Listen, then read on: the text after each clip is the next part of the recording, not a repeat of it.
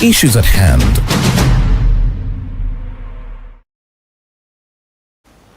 Well, we welcome you back, and of course this is Issues at Hand. Thank you so much, you who is still watching us. And now we are talking about a very pertinent issue that is at hand, and that is the mass enrollment. Of course, when you pass by where they are enrolling from, the numbers are overwhelming. Last time, I think it was Thursday last week, I passed around Chevando after Kaleri, and people were many that they had even lined by the roadside. So the numbers are really many. But we want to look at this and how some of these challenges that have come through will be addressed. But of course, we want also to know about the update. So far, how many people have been enrolled? And of course, what about the children? Because you realize they are now the most vulnerable in this whole process. So with us is Miss Olama Claire, who is the registrar of NIRA in Buyukwe district. It's a pleasure having you this morning. Yes, pleasantly happy to meet you too. Yeah. Good morning. Good morning to you. And good morning to you, dear viewers who are watching us live this morning from Family TV. I am happy to be here to expound, to explain, and to encourage us to come out, to be identified, and be unique.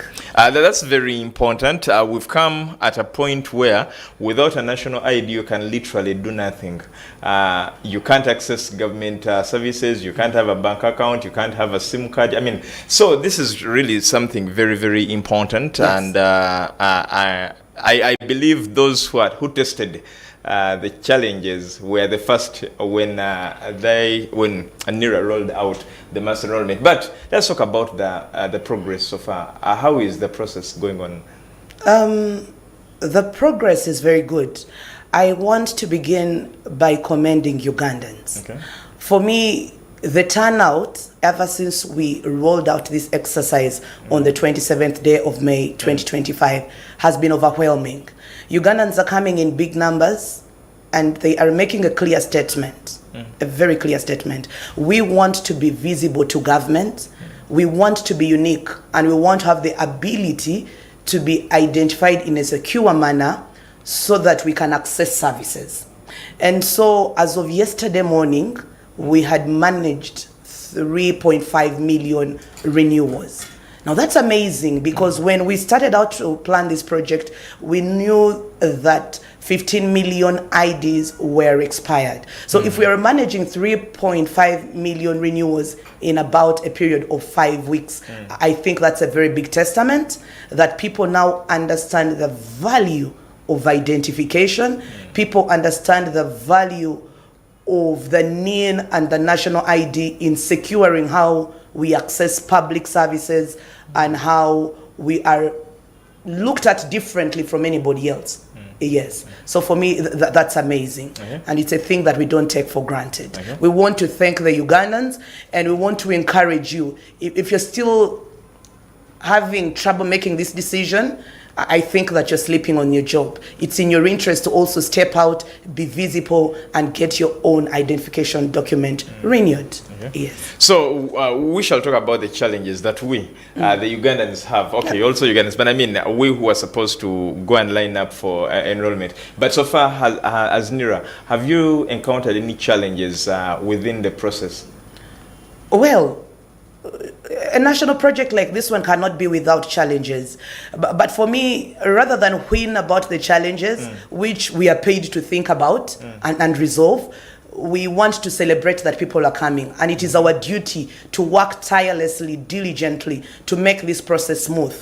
But the main hiccup that I need to spell out now is people who want to monetize this exercise for their own gain. Because, you know, NIRA has created a platform where someone can leverage technology and internet and initiate the application process online by way of pre-registration. Now, the challenge that we seem to have more apparently, there are people who are taking advantage of that lacuna or information asymmetry in knowledge to say, we want to do this for you, and are charging them exorbitantly. okay, by helping them to do pre-registration. So my word to you, dear Ugandan and listeners and viewers of Family TV, do not allow to be cheated. If it must be the case that you don't have internet, it is not sacrilegious, it is not wrong. You can walk into a NERA registration center and we will start from scratch. We are only saying the internet portal is available for those who have the ability to access. So inability to access internet should not be the window that someone uses to cheat you or make a killing from you. So whether you're pre-registered, it's in your interest. If you don't have the ability to pre-register, we are saying like Jesus, come as you are. We will serve you from scratch. Okay. Yes. So that's the problem of monetization. Then the problem of selling of forms, where people are picking up a form and photocopying it and selling them. Please, dear Ugandans, you have phones, you are accessing TikTok and downloading video after video. Please go to the NERA website, nera.go.ug. Our forms are there. If you want to renew, download application for renewal. When you have it in your phone, you go to a cafe and say, print for me. And then afterwards, you make copies for your whole household. If you don't have the ability to do that, the forms are available at our stations. We only pray that when you reach the station, you'll have decorum, you'll be disciplined, you will accept to queue, and then when our officers come, they will avail forms to you for free. Do not fall for the pitfall of being sold to a form at 10,000. Surely money is very hard to make. Do you find a reason why they must cheat someone, really? 10,000 is too much. So apart from those issues of people wanting to use this project for their own gains, and a few challenges of crowd management, we are in a good place. For me, I think if we can make a choice and say we will be people of discipline, we will apply decorum, we will be well behaved, we will queue up until it's my turn. Because it's a public service, lines will be there. But I want to promise you, they'll be bearable. Sometimes we'll tell you we've reached our maximum for today, and so come again tomorrow. But please accept to come tomorrow. Because, I mean, we cannot do this in one day. That's why government said, let's do this for 6 months. Yeah, so let's just be people of decorum. Let's come in big numbers, but act appropriately. So earlier you said that if someone has not yet gone for renewal, then they're sleeping at work. So we still have people who are not even sure what they should go with besides the form, especially when it gets to renewal. And there's also propaganda that when you go, they take your ID, the old ID. So I mean, so can you clarify that? I want to give clarity this way. Yes. A person who is coming to renew the national ID, the requirement is singular. The old national identification card. No cost, no fee, totally free. Okay. If you have lost your old cards, the requirement is singular. A letter from the police affirming that you lost that document. And based on those 2 documents, we will proceed to renew your ID. So if you have the card, it is the only requirement for renewal. If you have lost it, the police report is the only requirement. Even when you have lost it, please don't pay. Nobody should tell you that bring an LC letter to prove your new residence. As we are doing this mass renewal, we are cognizant that human beings are migrants. If you have shifted from Gulu and the details on your card read Gulu, and today you live in Wakiso, Uganda, please update that information as well together with the renewal process. So as you do the renewal, care to tell the registration assistant your latest place of residence. Now, I want to be clear. The area where you do the renewal process from is the locality where that national ID will return. Be it as it may, that the details of residence will be for where you actually live. For example, if I work with the Ministry of Health here in Kampala and I do the renewal, say from our office on Lumumba Avenue, the national ID will return to Lumumba. But the details at the back of the card will be the details of the residence where you say you reside. Is that clear? So the card returns to locality where the process was done from. Yes. No, that is clear. And thank you for clearing that. So when I bring my ID, do you stay with it or I keep it?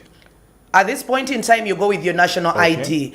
But at the point when we now issue you with the new document, because now we are applying, and after we have put in our application, NIRA will come back to you with the response in the form of a new identification document or card. At that point, we will do the swap. You will hand in, because the disposal of the national ID is such that you return it to us. Unlike other documents like permit where you keep your old one, the disposal process of the national ID is you return. Yes. So at the point when you come to collect your national ID, we will return the other document to you. Okay. Yes. Well, we also understand that now we are going to talk about those who are enrolling for the first time. Yes. They didn't have an ID, now they are eligible. First of all, what is the eligibility of someone coming for the enrollment? Thank you very much. This exercise is twofold. We are calling it mass enrollment and mass renewal, with a view of renewing over 15 million cards and registering 17.5 million Ugandans. Okay, so other than renewal, so the people who are coming in big numbers are people who are already converts. We preached the gospel of identity to them and they came around. So we know them by name. So they're just coming to say, my identification document, not citizenship, has expired. And so I want a valid document to go with. Perfect. We see you and we applaud you. We're very proud of you. Then there is the lot that has not taken the step. And this is the lot that we are calling out to and saying, please come, be unique, be visible. So we are also registering everybody that has not obtained a NIN before, nor a national ID. So in essence, they're invisible to government. Census could have told us that they are there among the 40-something million Ugandans. So we know them, but we don't know them uniquely. We know them in a blanket figure. Now government wants to know them uniquely through their NIN. The requirement for an adult Ugandan by birth is that they will require the national ID or NIN, because the card might not be physically available. So they can require the national ID or the NIN of the parent or the grandparent, either maternal or maternal. Why? The Constitution has said that a Ugandan by birth is that person whose either parent or grandparent belongs to one of the 65 indigenous communities. So being a Ugandan by birth is descent. You don't get it because your mother produced you in Mengo, no. A Ugandan born in UK, in United States of America, because they've made a little money, they are Ugandans by descent, courtesy of the indigenous community of the parent. The other people we are registering, so all those Ugandans, that's what they need. If you're a Ugandan who became a Ugandan by other means because you loved the Pearl of Africa, maybe Winston Churchill preached well, and you've come to Uganda and you find it beautiful, so you go to the citizenship and immigration board, you apply for citizenship, they give you a certificate of Ugandanness. So you're either naturalized or registered. You can bring that certificate, we will register you for NIN.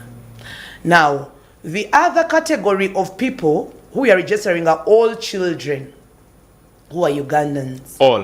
All children who have never been enrolled.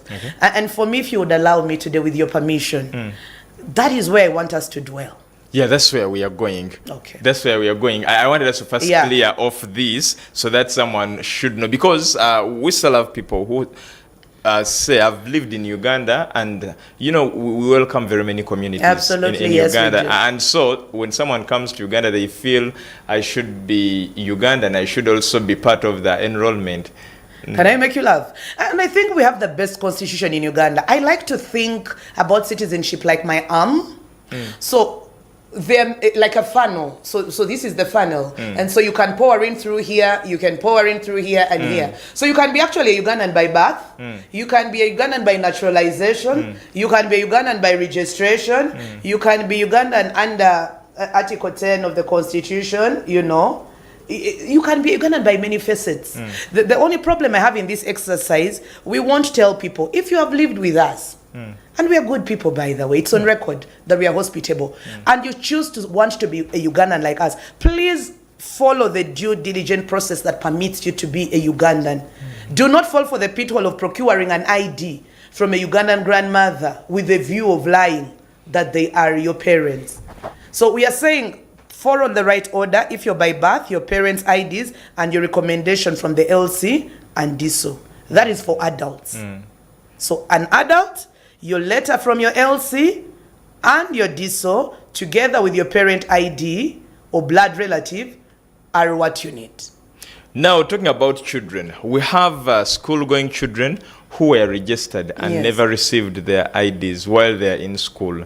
Let us start with that category of children, and then we are going to get back to the other children. It's amazing because Uganda, a lot of parents did make effort to enroll their children, and the good news is that many of these children actually got NINs, because the law says that children will get national identification numbers, NINs, not a card.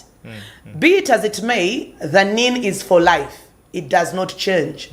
Once you're identified by it, so shall it be. Pretty much like Catholics, as it was in the beginning, so shall it be, now and evermore. Amen.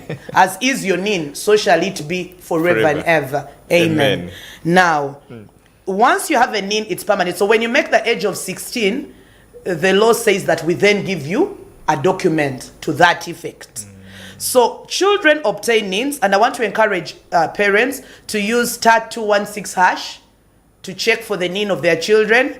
They can call us on our toll-free number 0800 211 700 to ask for their NIN, or they can go to nira.go.ug and then they will look for an element that allows them to search for their children's NIN through the portal, or they can walk into a NIRA registration office and they will be helped to check if the children have NINs. Now, if you've made an attempt to register your child before, I would rather you first check, if you don't have feedback yet, whether the application was successful. If it was not, then please make haste. A matter of urgency. As soon as yesterday, begin your journey to the nearest registration center to register your child and give them the gate pass to very many opportunities and services in this country. Okay. Yeah. So now getting to these children. Now, because you say that all children, and the target is over 17 million. Yes. So let us talk about those children. Who is a child that qualifies to come for registration, and what is the criteria?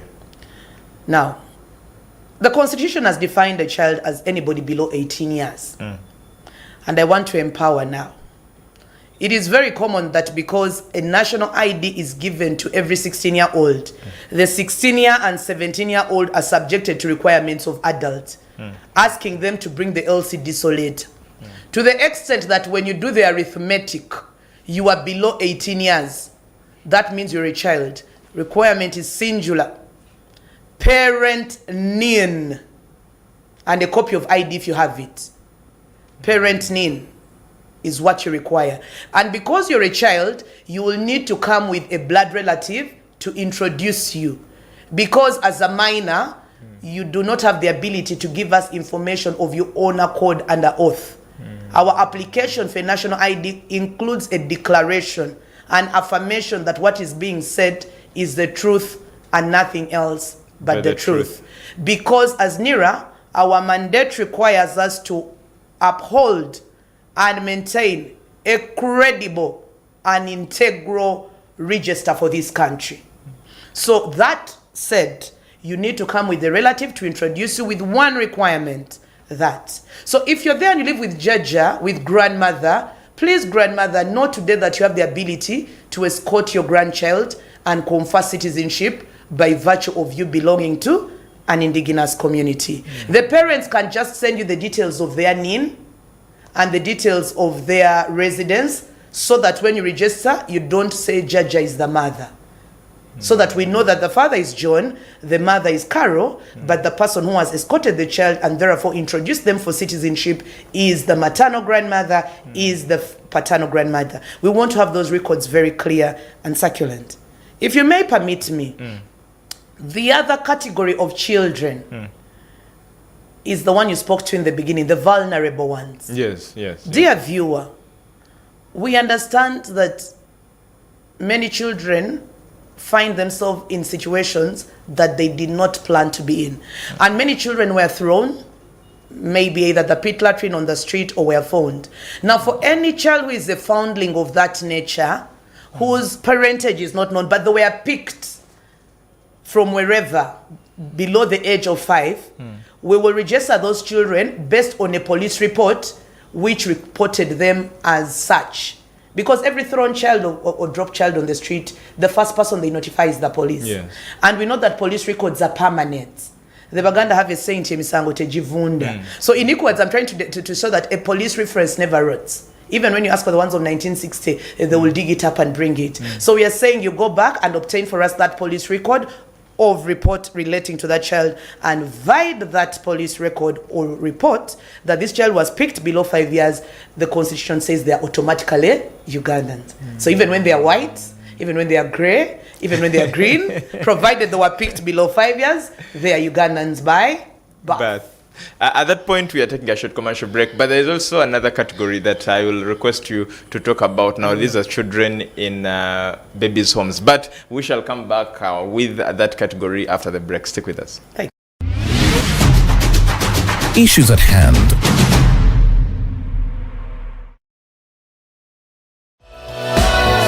This is Church of Uganda Family TV. Enriching lives. Regulated by the Uganda Communications Commission.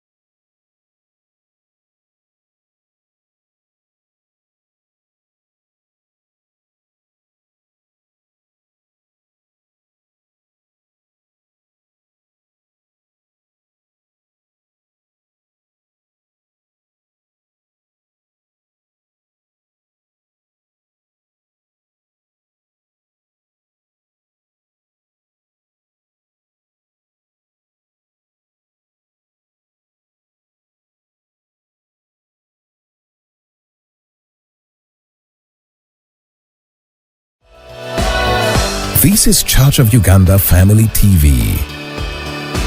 Enriching lives. Regulated by the Uganda Communications Commission. Issues at hand.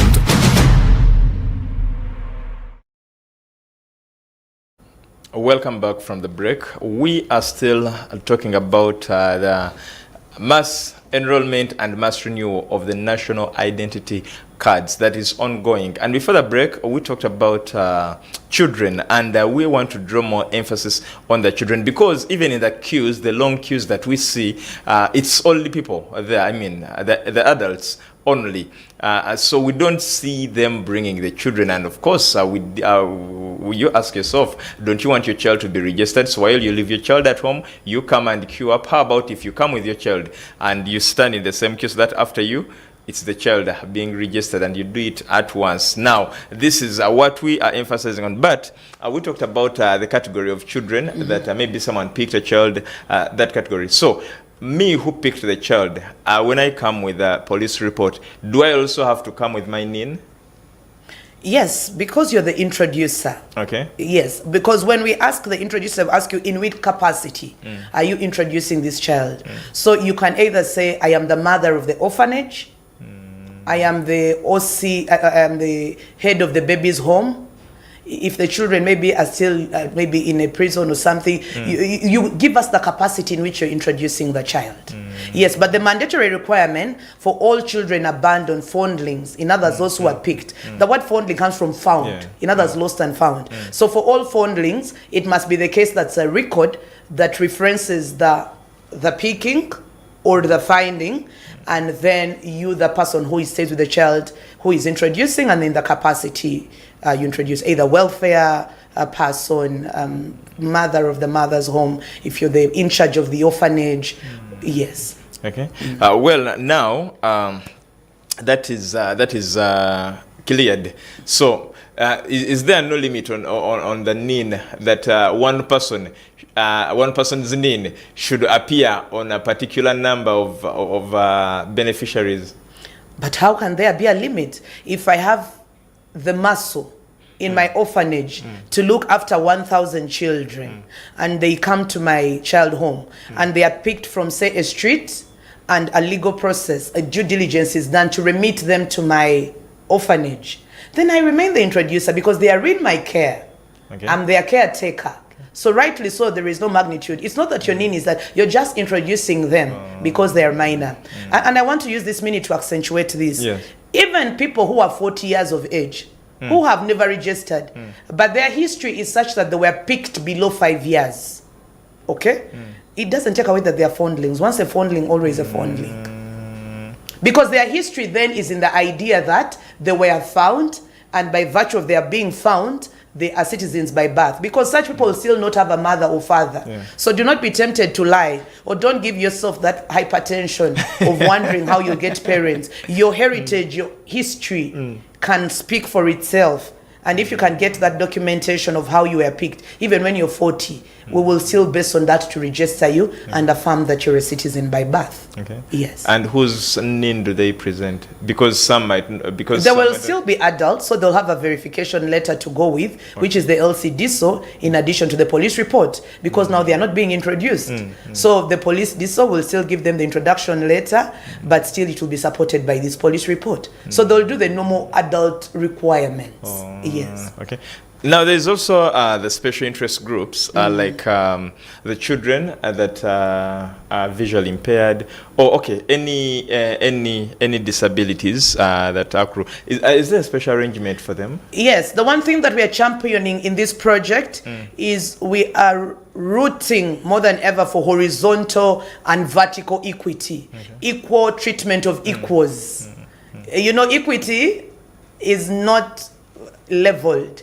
Equity is equal treatment of equals. So when we come to people we are putting a special arrangement for PWDs, but then when we go to CPWDs, we will also serve them equally as PWDs. So in their own group of PWDs, we will try to create an arrangement. But every station of NERA registration center, and I want to empower the public. We are very active on social media, and I've given you a toll-free number. If NERA is not providing special arrangement at your station for people with disabilities, for new mothers who are breastfeeding, please give us that feedback.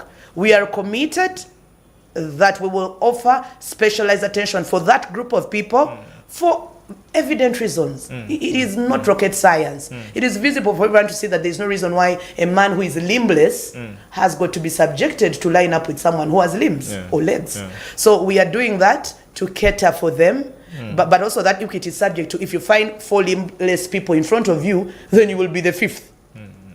So limbless does not mean we close the other stations to serve the limbless. We are simply saying there is a kit for limbless people or people who have a particular impairment or a particular disability, and we will serve them in their own niche, in their own queue, in a manner that is friendly for them, that will not allow them to go up the staircase, that will not require them to do things that ordinarily they might be unable to do. Okay. Yes. Getting back at children, still, we talked about children, and you talked about how they can register. But there is also another concern. For example, like I said, when I come with my child, do we line up in the same queue, or there is a queue reserved for, there is a kit reserved for specifically children and to handle children? I want to answer that question by saying that if all wishes were horses, all beggars would ride. We would create for every niche of people a specialized attention. But there's a level to which we cannot localize. But yet we are very committed to localizing as much as we can in a manner that drives uptake of service. When you come with a baby, we are only saying we shall specially look at new mothers, very young babies, breastfeeding 1 month, 2 months. But if your baby is able to run around on their feet, please queue up like any other Ugandan. Because as you're queuing up and waiting patiently, the baby can enjoy the locality by playing around or kicking a little football. But for new mothers who are breastfeeding, heavily pregnant, those are the few categories we can afford to specially treat. So in that manner, we say, when you come with your new breastfeeding baby, we will register the baby first, and then we will proceed to renew the ID of the mother. After all, you'll be killing 2 birds with 1 stone. Why do you want to make 2 trips when you can make 1? I don't see the science in you coming to renew your national ID with your baby in hand. Then you go back, and then you have to come back again to register the baby. That is like washing and hanging in the soil. So kill 2 birds with 1 stone. Okay. Yes. Still about the children, we, like I said, still, when we go around, you realize that it's only adults in the queues, and partly because parents think when I bring my child to be registered, they're going to be issued a national ID. And why should a parent bring their child for registration or for enrollment? Very pertinent question. The other day we visited one of the stations in Wakiso. And there were over 100 children playing and all over the place. Then when we are looking at our returns for the day, we had renewals only. And there was no registration. So I asked myself, but are we serious people? So how did you come to a registration center with your ID in hand for renewal, which is the requirement for registering a child? And then you went without registering the child. But I want us to understand as a people, as Ugandans, and the viewers of this channel are Christians. Even Jesus, Augustus Caesar, at his time when Jesus was born, he sanctioned the census. And the Israelites are very amazing people. They arranged their census in a manner that they would count you by your tribe.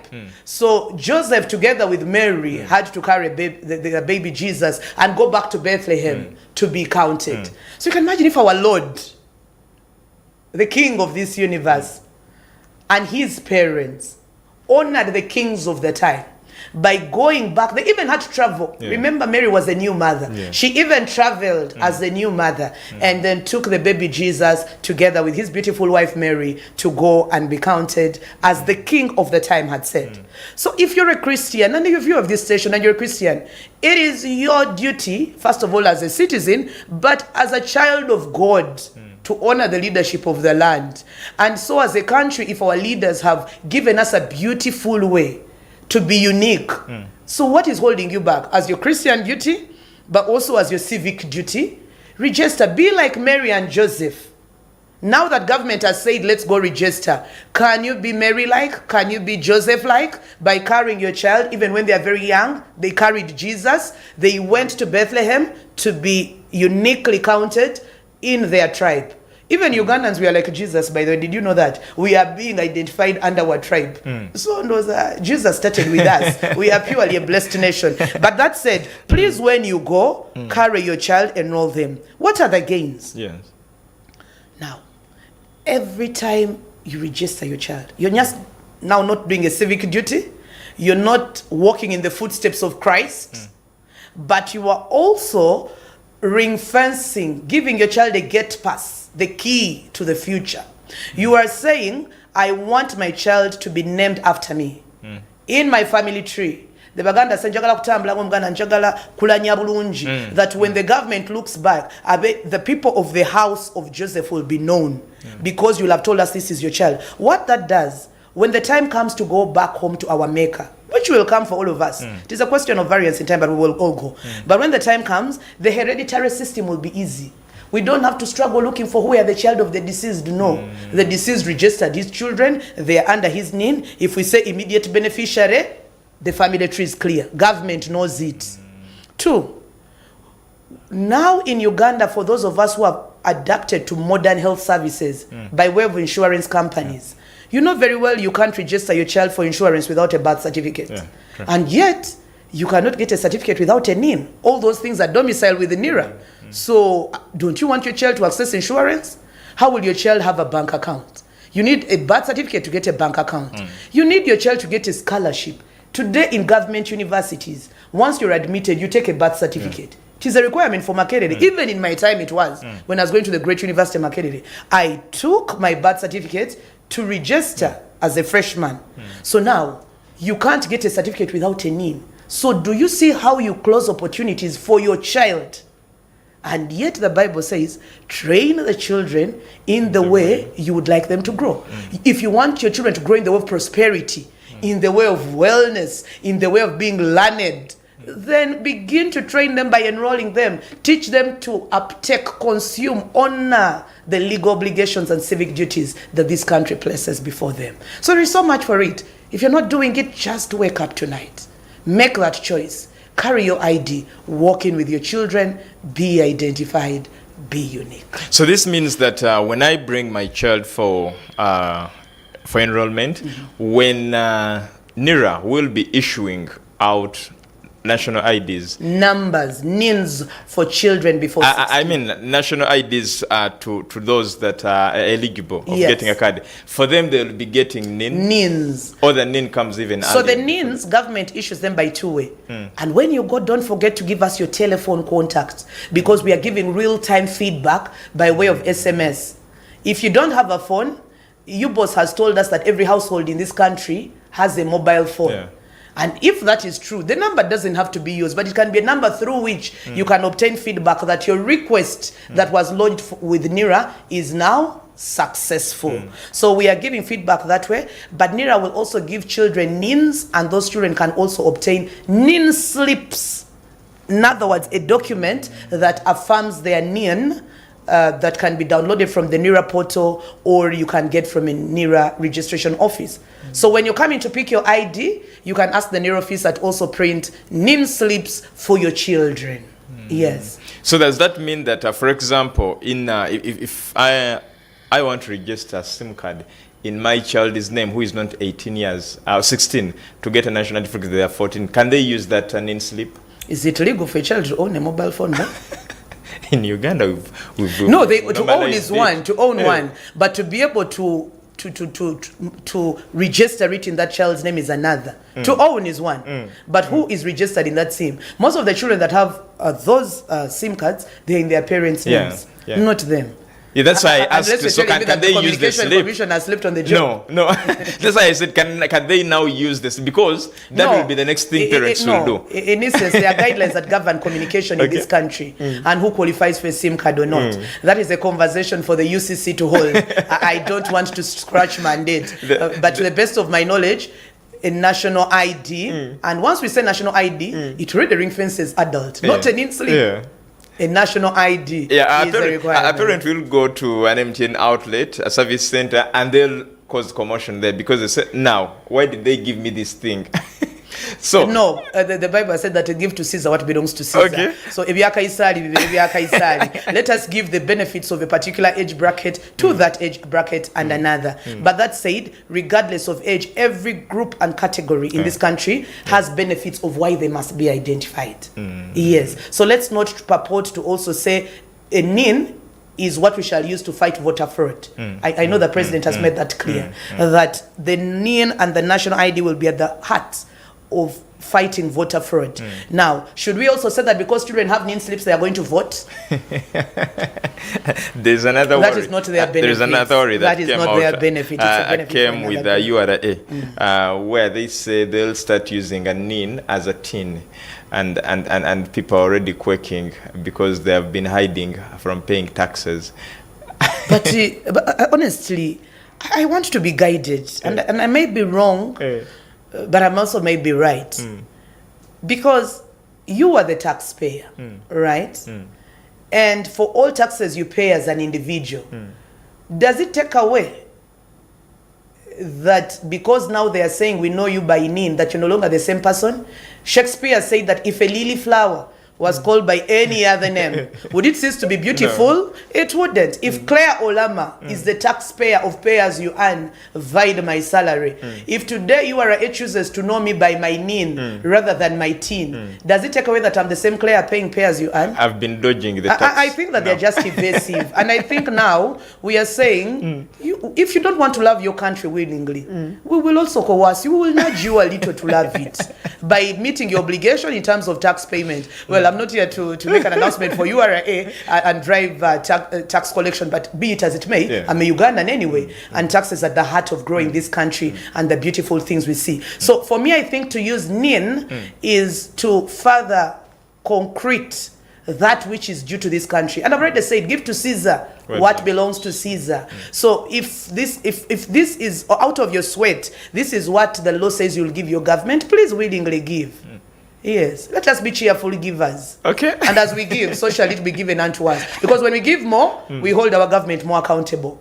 The more you give me, the more I ask. The more I give government tax, the more I say, but my roads are bad. With authority. Yes. So let's talk about, you say that you're so active on social media to respond to people's cues. You gave us a toll-free number. So is it 24 hours? Is it at a specific time? Don't call on weekend. Don't call beyond this time. Or when should someone call on this toll-free number? 8 a.m. to 5 p.m. Working days Monday to now Saturday, because we are in the project. Saturday we are working. When the logistics allow, it is our commitment, and we hope that in due course in time we will be able to work 24 hours. But for now, as things stand, it is 8 to 5 p.m. I want to tell the people, it is a toll-free number. There will be a bit of call traffic, but hold the line. Just like you call MTN customer care, stick in a little, and someone later on, when the queue moves, they'll pick up your call and you'll be attended to. Okay. Can you kindly repeat that number? 0800 211 700. As simple as that. You don't even need to write it. You don't need to. I know it already.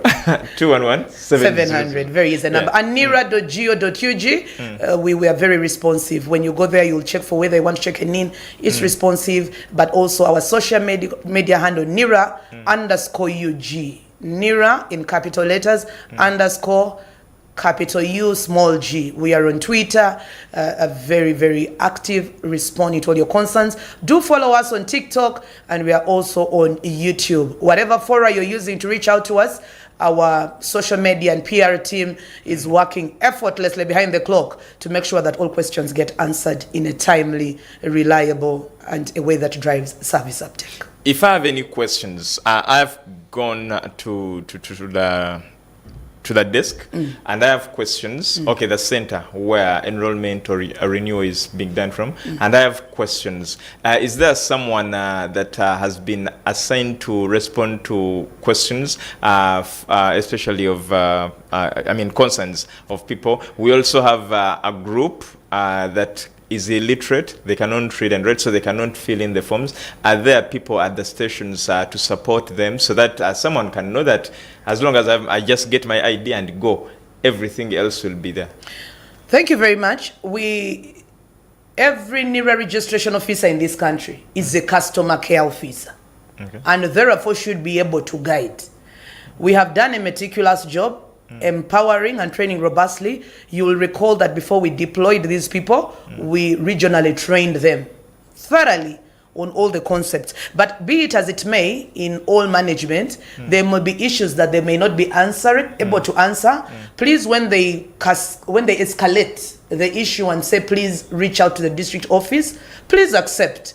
I think that there is the wit of a wise man is to learn and to be honest with yourself and say, I hear your question, acknowledge it, but also be able to say, I can't answer it, but I would like to reference or recommend that you speak to my district registrar or you visit the nearest registration office. That is okay in addition. So as much as possible, they will answer the basic questions relating to registration effortlessly.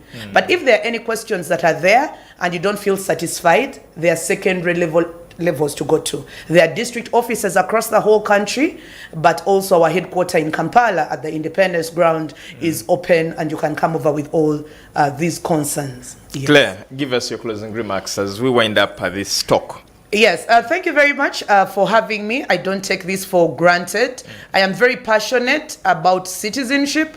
I'm very passionate about identification, because it unlocks opportunity for all of us. Dear fellow citizens, do not hold back. You do not have a reason to hold back. In Luganda, I normally tell my people, we went to Uganda ya lero, enyumo inendaga muntu. You cannot enjoy Uganda today without being identified, but also because of the gains that come from identity. So make the choice today, visit the nearest registration center, and please, when you come, be honest. Speak the truth. There are criminal consequences to deceit, to lying, to falsification. I don't want to see you on the other side of putting yourself in a place where another human being has got to decide on a matter that concerns you. You have the choice to be honest, to speak the truth, be unique and identified in a truthful manner that does not contravene the law of the land. I wish you a brilliant day, and I hope to see you at any of our registration centers in Uganda. Good morning, and thank you for watching. Thank you so much, Claire. And you say that Uganda and then some prominent artist, politician said, "Funendaga muntu wevereremo." So thank you so much for watching Issues at Hand. Edwin Austin Mukalazi is my name. It's been a pleasure having you following through. I've worked with Liz, Esther, and Patience. From the entire team, we wish you a blessed morning. Issues at Hand